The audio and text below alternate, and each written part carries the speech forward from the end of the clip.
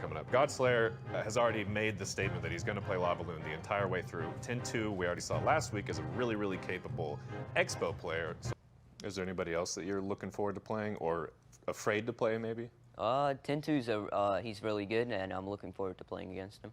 But he's Batman, so he's not afraid, right? Yeah. No way.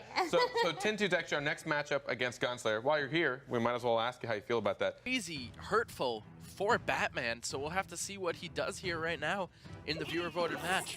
Batman red along the top, 10-2 blue along the bottom. Both of these players hailing from the United States of America, like all North American players are. And the Bandit's going to come down behind that Giant. Let's see if the Bandit's going to walk onto the tower. Electro Wizard's going to come down. That's going to get cleaned up really fast. And the this Bandit, is gonna go bad. Oh my gosh. Batman coming in with dominance on the first push. Did not have an answer for the Bandit. Tried to put down the Electro Wizard, but as any Electro Wizard player knows, not real great when someone punches him in the eye. Oh no, not at all.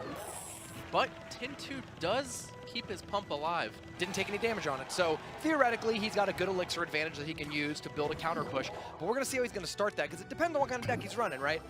Now he has a second pump down. Ice Spirit's just going to jump right onto that. Oh, and the lightning's going to come down. This is huge for Batman. Here's the thing, if it's a Three Musketeers deck, he might be like, oh cool, I can play my Three Musketeers now. But the downside is with that one tower down, your opponent has that extended deploy zone that's going to really help, and they can probably jump on your Musketeers. Although it looks like it might just be a giant beatdown deck. Yeah, the minions are going to clean up that Bandit, no problem. The Zap will come down and make sure that Mega Minions go. Oh, great zap right there from 10-2, but the Ice Spirit will clean up the minions.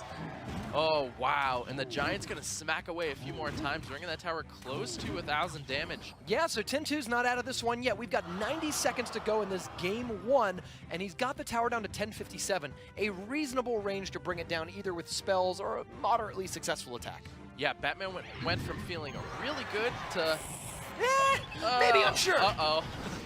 Baby Dragon's going to come down here, and that Giant is just going to get eaten by the Goblins, Bandit, and Baby Dragon. Doesn't even get to the tower.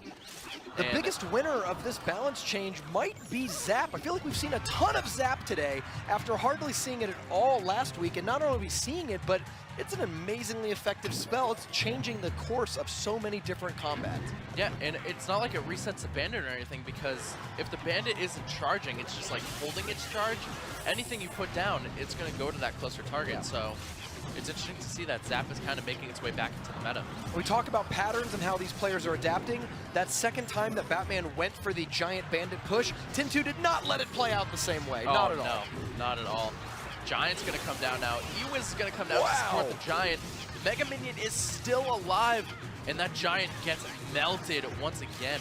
And that's all on 10-2. That was not a fluke. He used the Electro Wizard to zap the Baby Dragon and make it retarget onto the Giant, allowing the Mega Minion to survive. Yeah, oh, the Electro Wizard almost lived, but it did not. The Giant is not going to be able to get a hit here. No. Fireball's going to come down. And, oh, it misses the Mega Minion, though. And Batman is going to take this game, no problem. And we mentioned earlier, you win one game, you take one tower early in the match, it changes how you play for the whole rest of the match. Oh, you yeah. at no point are like, oh, I got to stick my neck out there with the Giant. I got to stick my neck out there by casting Three Musketeers in the back. You just hang out. You watch whatever your opponent's doing. You just cycle through your elixir playing safe calls like Mega Minion. Yep. And when your opponent gives you that opportunity, you just punish them on defense. Yeah, I can't remember. Early Giant Bandit Mega Minion just took the tower almost instantly. And after that, never really had to make himself vulnerable. Yeah, I honestly wouldn't be surprised if Batman sticks with the same deck here. He played that pretty comfortably. Graveyard coming up from 10-2. A very odd graveyard, because like, what's the, I guess he, okay, so he wanted to pull the Mega Minion plus what other defense came over, get the value poison on both of them. It's 9 elixir, but he did get about 400 damage and take out 6 elixir worth of troops. Not too bad. Now they're behind an Inferno Dragon! The Inferno Dragon's first appearance today. Did we see a Zap come out already? Because if a Zap was already played, that makes you a lot more confident playing your Inferno Dragon. Yeah, we have not seen a Zap, and that Inferno Dragon lives with like 1 health on it. Hey, we talked about getting 7% more health in the balance updates. There it was. There it is. That's the 7% health. That is the balance update in action. Yeah, so 10-2. Didn't he play the... Or was that Rice? Did Rice play the Inferno Dragon? Rice played the Inferno Dragon in his Lava Loon deck last week against Godslayer, yeah. And an immediate response on the left-hand side from Batman when the Lava Hound came down. And look at the Bandit go. It's getting so much damage on the left-hand tower. big shout out too to goblins, just regular old stab goblins. They went in that push, and it was an Ice Spirit and Spear goblins that went in there. They were countered by arrows, but that's an even elixir trade. That's really not a big advantage there for 10-2. If that was Goblin Gang, it would have been elixir positive for him. So a Lava Hound Graveyard coming out from 10-2. Super unusual deck. I think this is the first ever Lava Hound Graveyard I've seen an actual competitive play. Yeah, not since like June of last year. I'm sorry, not June, whenever Graveyard came out. But you're right, like Lava Hound at the very beginning of Graveyard's release was a popular target because you had the Lava Pups and the Graveyard Skeleton. It seems like they went together really well. It's not nearly as popular of a Graveyard deck anymore, but maybe 10-2's got some tricks up his sleeve. Yeah, and the Tombstone, again, in response to the Bandit. Double pushes. Absolutely phenomenal. And the Inferno Dragon's going to come down, and this Giant is about to get melted. Yeah, there's just no zap for it. The Ice Spirit was used over there on defense. It wasn't able to get in there. And Lightning comes down just a little too late. But look at the Goblin Gang go on the right-hand side. This could be going to Game 3 if 10-2 can defend this for the last 30 seconds. Oh, is 10-2 going to get the 3 crown? It looks like it. There's a lot of pushing there. It finally gets countered. Second Lava Hound comes down. Unfortunately, it doesn't take the tanking of the left side tower, but it is keeping the pressure up, and this keeps Batman from building a push of his own. If you're constantly defending this, how are you ever going to take that tower? It's only got 700 health, but you can't even get to it. Can't. The log's going to come down, and 10-2 is about to get the first 3 crown of the day. This Wow. is a tale of 2 weeks for Batman. I mean, wins every single game in week 1, struggling here in week 2. They're going to game 3. 10-2 has a chance to take this match from him. A second Game 3 of the day. But because even if you put the Giant down to defend, or like you put it in the back, and you have a Lava Hound going same lane, the Pups will come out and they'll do some damage to the Giant. We're in game 3 here, and now I wonder if 10-2 is going to stick with the same deck. It would be dangerous in some way to stick with that deck because your opponent might play a counter to it. On the other hand, who off the top of their head can just counter this random wacko deck you've never played against before? Yeah, that was, I've honestly never seen a deck like Whoa! that. Battle Ram Minion Horde going down the right-hand lane. Baby Dragon going to come out and counter, and the Tornado will clean that up, no problem. 9 elixir spent on offense. Oh, it almost hit. 7 elixir spent on defense, but I think 10-2's happy. That 2 elixir just bought you about 800 damage. Yeah, and here comes the Baby Dragon Graveyard counter push, a defensive poison right there from 10-2. Oh, no, 10-2! Oh, the Baby Dragon. Oh, he has to zap to reset the Baby Dragon. That is extra elixir you do not want to spend. A lot of damage. Oh, wow. And this Ice Golem is not really going to do much. It might die on the tower. That tower Hooray. is going down below 1,000. Wow, Batman's got to be happy. He's nodding again. Again, real stoic player. Probably has the least emotion of anyone on stage, but he gave a knowing nod. He's like, yes, that went yep, well. that just happened. And that could be the game difference right there. One charge comes in. He's going to charge again to the tower. Oh, Bowler comes down to come block. down, yeah.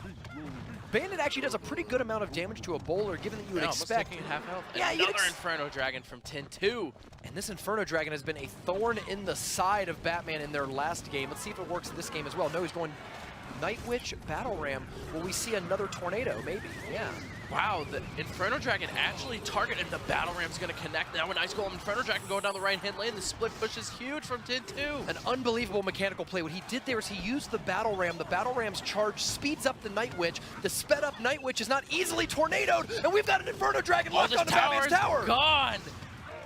10-2, using Wow. 2 of the most recent buffed cards, Bandit and Inferno Dragon, and he is making it work. Now, and he's also got a damage lead on the second tower. This is why we say it's so important to practice with your teammates. It's so important to keep knowing what the meta is going to be. 2 cards were buffed, a bunch of other cards were nerfed, but here we are, 10-2 making the most of the new meta by playing this Inferno Dragon deck in 2 games, and it looks like he's just 30 seconds away from going 4-0. The Battle Ram is going to connect to the tower. The Bandit's going to come in, but neither of the Barbarians were able to lock onto the tower. They were both distracted by the Knight.